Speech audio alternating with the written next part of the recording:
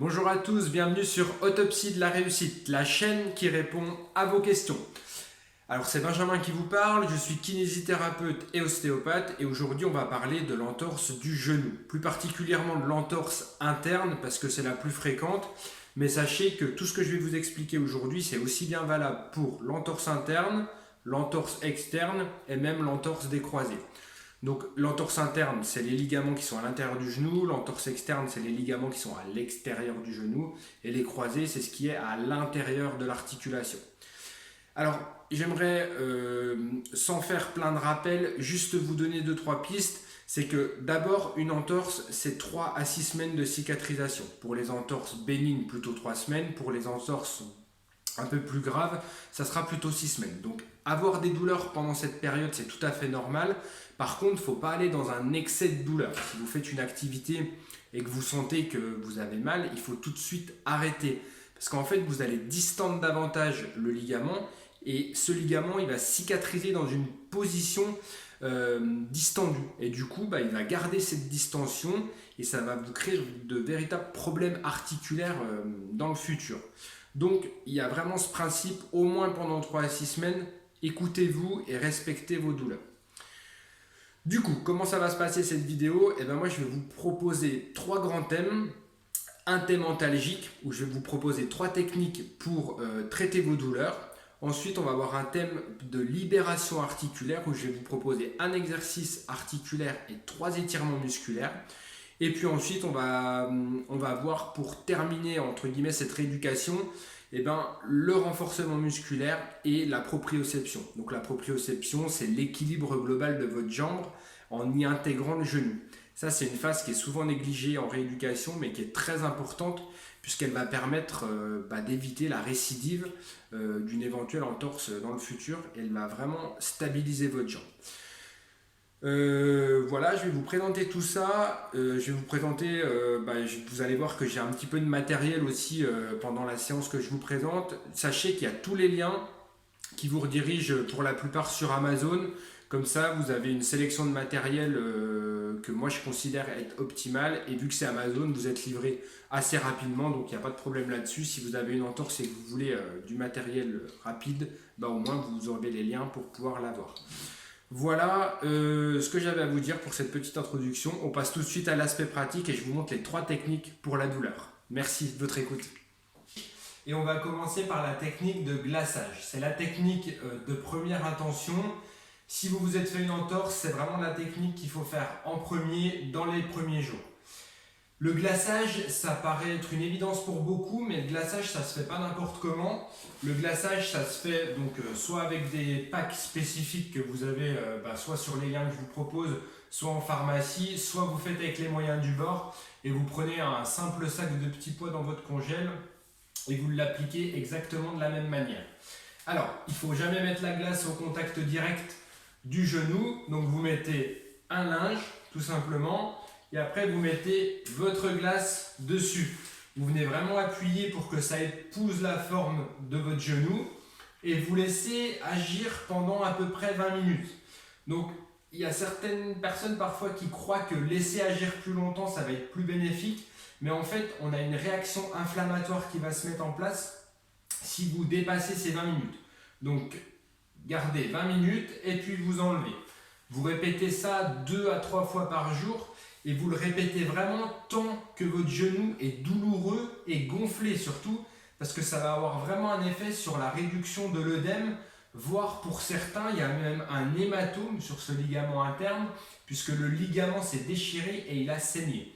Donc voilà, le glaçage, 3 fois par jour, c'est l'idéal. Après, si c'est qu'une fois, 2 fois ou 3 fois, vous faites comme vous pouvez en tout cas.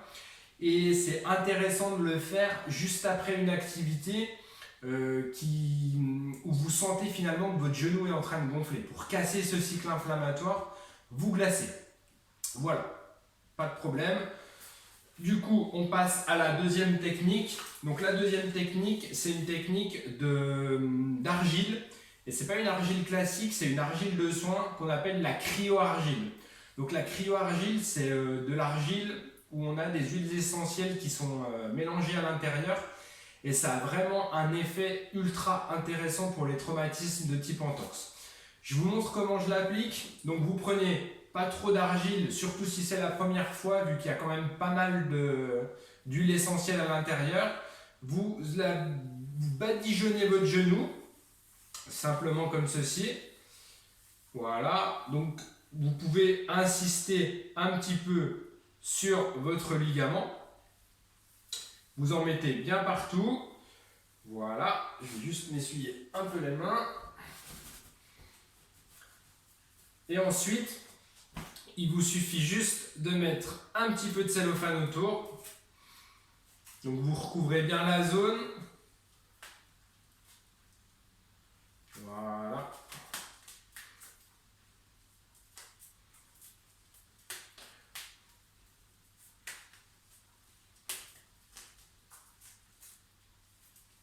Ok. Voilà, je fais assez vite pour pas que la vidéo dure trop longtemps. Mais le principe est là, vous mettez quand même pour la première fois pas trop d'argile, voir si vous n'avez pas quand même une réaction allergique. Et puis après, si vous n'avez pas eu de réaction, vous en mettez un peu plus.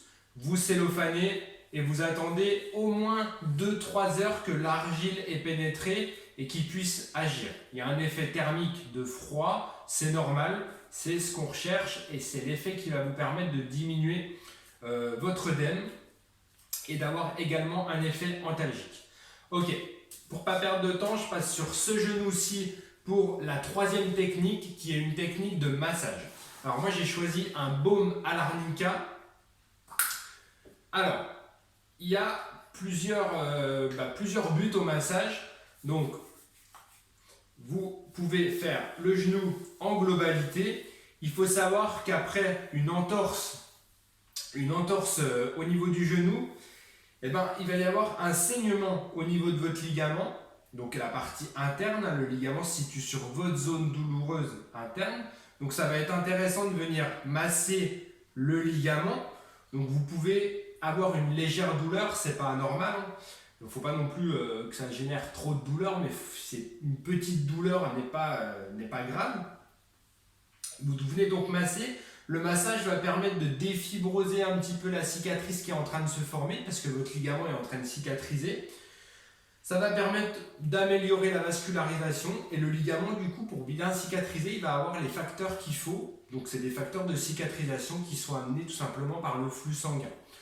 Après, il faut bien comprendre qu'après chaque entorse, la mécanique du genou, elle ne va pas s'effectuer correctement. Et du coup, on va avoir des contractures sur les différents muscles de la jambe. Donc le mollet, vous pouvez masser votre mollet. Donc vous pouvez masser au début pas très profond et puis petit à petit, vous allez masser de plus en profondeur. Vous essayez toujours de faire des manœuvres du bas vers le haut pour drainer les toxines en direction du cœur. Après, vous pouvez masser votre cuisse parce que le quadriceps, c'est également contracturé, en tout cas c'est possible. Vous pouvez masser un petit peu la partie latérale qui est très réactive au traumatisme du genou et vous pouvez masser la partie en arrière de la jambe. Vous pouvez masser dans la position dans laquelle je suis, vous pouvez masser dans une position un peu plus de détente de la jambe, un peu plus tendue. Voilà, et de temps en temps, vous allez masser un petit peu votre ligament et vous repartez à distance sur le système musculaire et vous repartez sur le système ligamentaire.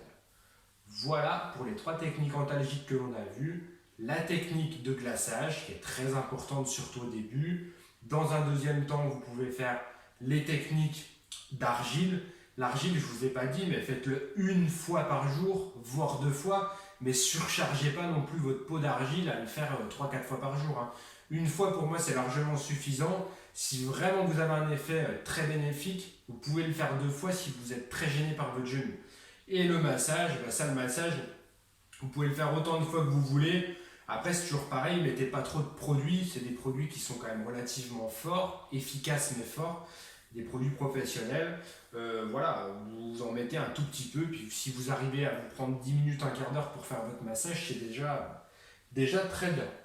Voilà, on passe tout de suite à la deuxième phase, qui est cette fois-ci la phase d'étirement et de renforcement. Merci de votre écoute. Alors, on passe à une deuxième phase qui est une phase très importante également puisque c'est la phase des récupérations des mobilités et c'est en fait la phase également où on va remettre en tension progressivement le système ligamentaire et c'est nécessaire pour qu'il cicatrise correctement. Ce qu'il faut comprendre, c'est que le système ligamentaire, il a besoin de mouvement. Donc, comme je vous l'ai dit dans cette petite introduction vidéo, pas trop. Il ne faut pas surcharger le système ligamentaire. Par contre, il a quand même besoin d'un minimum de mouvement pour pouvoir cicatriser correctement. Donc, il faut trouver l'optimal. Il ne faut pas avoir un repos absolu parce que ce n'est pas du tout bénéfique. Et il ne faut pas être en suractivité non plus. Donc, je vais vous montrer comment est-ce qu'on va mobiliser tranquillement, très simplement votre articulation. Et ensuite, je vous montrerai 3 étirements musculaires qui vous permettront également de libérer votre jambe, votre membre inférieur, pour pouvoir retrouver des bonnes mobilités. C'est vrai que comme je vous l'ai montré tout à l'heure, en fait, sur le massage, votre système musculaire il va avoir tendance à se contracturer pour protéger votre genou. Donc, tout est en train de se contracturer et tout empêche finalement votre genou de bien bouger. C'est votre corps qui se protège, mais il y a un moment donné où il faut déverrouiller ça pour pouvoir retrouver la mobilité. Et ça, je vous le montre tout de suite. Donc, il y a un premier exercice que je vous montre, c'est un exercice de mobilisation articulaire. Donc, l'exercice est très simple. Vous mettez votre genou sur un plan, ça peut être par exemple une chaise, et vous allez aller chercher une flexion jusqu'au moment où vous avez une douleur. Donc, la douleur peut apparaître très précoce ou apparaître un petit peu plus loin dans le mouvement. Et au moment où vous avez la douleur, vous n'allez pas plus loin. Et vous allez chercher la légère douleur, et vous allez chercher la légère douleur. En fait, vous allez jusqu'à la limite de votre ligament, de ce qu'il peut supporter au moment où vous êtes dans votre cicatrisation, et vous n'allez pas plus loin. Et aujourd'hui, si vous êtes à 90 degrés, vous acceptez vos 90 degrés, et demain, ça ira un petit peu plus loin, et chaque jour, vous allez un petit peu plus loin. Mais il ne faut vraiment pas aller dans l'excès de force, et il ne faut pas non plus rester complètement indolore et rien sentir du tout. Il faut aller chercher cette petite zone d'inconfort. Vous pouvez le faire dans le sens de la flexion, comme je suis en train de le faire, et ensuite vous pouvez aller chercher dans la zone d'extension. Souvent, vous allez d'abord récupérer l'extension, puis après vous allez récupérer votre flexion. Cet exercice, vous pouvez reproduire 10 ou 15 répétitions en flexion, 10 ou 15 répétitions en extension, et ça tous les jours, jusqu'au moment où vous aurez récupéré vos amplitudes maximales. Voilà, c'est juste aussi simple que ça. Ensuite, je vais vous montrer 3 exercices d'étirement musculaire. Donc les exercices d'étirement musculaire, c'est des exercices qui sont pareils, très simples. Je pense que vous en connaissez une petite partie, mais je vous fais quand même ce petit rappel. Alors, le premier exercice, c'est l'exercice du triceps. Donc le triceps, imaginons qu'il s'agit de ma jambe droite. Je place ma jambe droite en arrière. Je place ma jambe gauche en avant, je garde bien tout le long le dos droit et je viens, tout en gardant le talon de ma jambe droite au sol, je viens plier le genou gauche. Et là, ça vient normalement créer une tension dans votre mollet droit. Voilà, je vous montre un petit peu de dos. Donc, j'en invite, là où vous voyez bien, très bien. Eh bien, on plie et on amène tout simplement son genou gauche en flexion et on laisse l'extension ici se faire tout en gardant le talon appuyé. Ça, c'est le premier étirement et c'est l'étirement du triceps. Ensuite, on a l'étirement du quadriceps. Donc là, je vous le montre du côté gauche. Vous venez saisir votre jambe, vous gardez toujours le dos droit et vous gardez toujours les 2 genoux collés au début. Si ça tire dans cette position, vous maintenez. Si ça ne tire pas, vous pouvez entraîner votre genou légèrement en arrière. Donc le genou gauche légèrement en arrière du genou droit. Si vous êtes à un stade de votre rééducation où votre genou ne plie pas suffisamment, soit vous ne faites pas cet étirement et vous attendez un petit peu que votre genou ait la flexion complète et vous le ferez à ce moment-là, soit vous prenez la flexion qui n'est pas douloureuse et à partir de cette flexion qui n'est pas douloureuse, vous amenez votre genou en arrière. Voilà. Donc je répète, si vous ne pouvez pas fléchir complètement votre genou, vous prenez la flexion qui n'est pas douloureuse et ensuite vous amenez votre jambe en arrière. Ok. Et le troisième, c'est l'étirement des ischio-jambiers. Donc l'étirement des ischio-jambiers, si je le fais du côté droit, c'est tout simplement l'étirement des muscles qui sont en arrière de la jambe. Donc là, on place notre jambe comme ceci, on garde le dos droit, et c'est l'ensemble du dos et du corps dans sa partie haute qui va venir se fléchir sur la jambe pour étirer cette partie-ci. Si vous voulez étirer tout le plan postérieur, tout le plan en arrière, vous relevez la pointe du pied vers vous et vous engagez le corps en avant pour que ça tire bien à la fois le mollet, à la fois les ischio-jambiers. Dans un premier temps, je vous conseille de faire muscle après muscle, comme je vous l'ai montré, et après, vous pouvez faire toute la chaîne en arrière. Du coup, pour récapituler, je vous ai montré la mobilisation articulaire, flexion, extension, l'étirement du triceps, c'est-à-dire du mollet, l'étirement du quadriceps en avant, puis l'étirement des ischio-jambiers.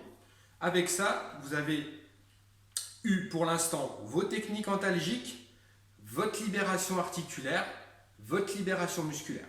On passe à la troisième phase tout de suite, qui est la phase de renforcement et la phase d'équilibre du membre inférieur. A tout de suite. Alors, on va voir la troisième phase, cette fois-ci, qui est également très importante, c'est la phase de stabilisation, de renforcement et d'équilibre de votre membre inférieur et plus particulièrement de votre genou. Alors le but de cette phase, c'est de prévenir une autre entorse. Souvent, on a tendance un peu à négliger cette phase et finalement, on voit parfois revenir les gens quelques semaines après et dire « Ah, je me suis refait une entorse ». Ils pensaient être réellement guéris, mais en fait, ils ont négligé cette phase de stabilisation. Et du coup, sur un geste du quotidien, un geste finalement assez basique, descendre des marches d'escalier, changer de direction, et un caillou qui roule sous la chaussure, et là, le genou part, et on est face à une deuxième entorse très rapprochée de la première, et ça devient un petit peu complexe au niveau de la cicatrisation ligamentaire. Alors, je vous montre d'abord les exercices de renforcement. Donc on va faire les exercices de renforcement au niveau du triceps, au niveau du quadriceps. C'est les deux muscles principaux que je considère de mon côté avoir besoin d'être renforcés. Le triceps, je vous le montre tout de suite. Donc c'est très simple. Du côté où vous avez eu votre entorse, vous montez, vous descendez. Vous montez, vous descendez. Vous faites ça 20 fois et vous répétez 3 séries. Donc répétition au nombre de 20, les séries au nombre de 3. 3 fois 20. Si vous êtes à l'aise, vous pouvez augmenter bien sûr les répétitions et les séries, il n'y a pas de problème. Vous pouvez le faire un petit peu plus dynamique au fur et à mesure du temps. Donc vous pouvez quand même rebondir et faire travailler votre muscle de façon beaucoup plus dynamique. Et là, vous vous fixez peut-être pas un objectif de répétition, mais un objectif de temps. Vous le faites pendant 1 minute, puis vous relâchez. Voilà pour le triceps. On va passer maintenant au quadriceps. Donc le quadriceps, on peut le faire en statique. C'est l'exercice de la chaise. Vous vous placez à 90 degrés de flexion de genou et vous attendez 1 minute. Ensuite, vous allez sentir que ça chauffe un peu au niveau des quadriceps. C'est normal. Le piège de cet exercice, c'est qu'il faut que vous sentiez bien que vous appuyez aussi bien à droite, aussi bien à gauche. Il ne faut pas que vous soyez trop déporté en position assise du côté où ça va bien. Il faut bien que vous sentiez que vos appuis soient aussi bien d'un côté que de l'autre. Et ça, vous allez le ressentir au niveau du travail musculaire. Au bout de 30 ou 40 secondes d'exercice, il faut que vous sentiez que ça chauffe à peu près de la même façon des deux côtés. Voilà pour ce deuxième exercice de renforcement musculaire.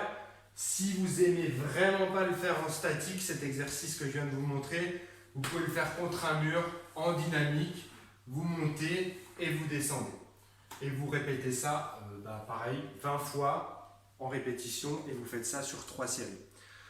Voilà pour les deux exercices de renforcement musculaire. Maintenant, je vous montre des exercices de proprioception, c'est des exercices d'équilibre.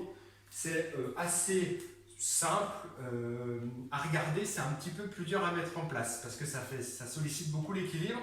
Donc vous vous mettez dans cette position-là, bras le long du corps, vous descendez sur votre genou et vous remontez. Pareil, vous répétez l'exercice, donc on est à la fois dans un exercice de renforcement et d'équilibre.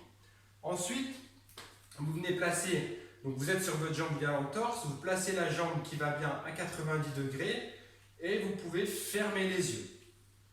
Et là, vous allez avoir des déséquilibres puisque vous n'avez plus les informations visuelles qui viennent vous aider à maintenir cet équilibre. Vous pouvez prendre une balle, pareil au niveau de difficulté, vous passez là, vous passez là, vous passez derrière la tête. Si c'est facile, eh ben vous fermez les yeux et vous le faites de cette façon.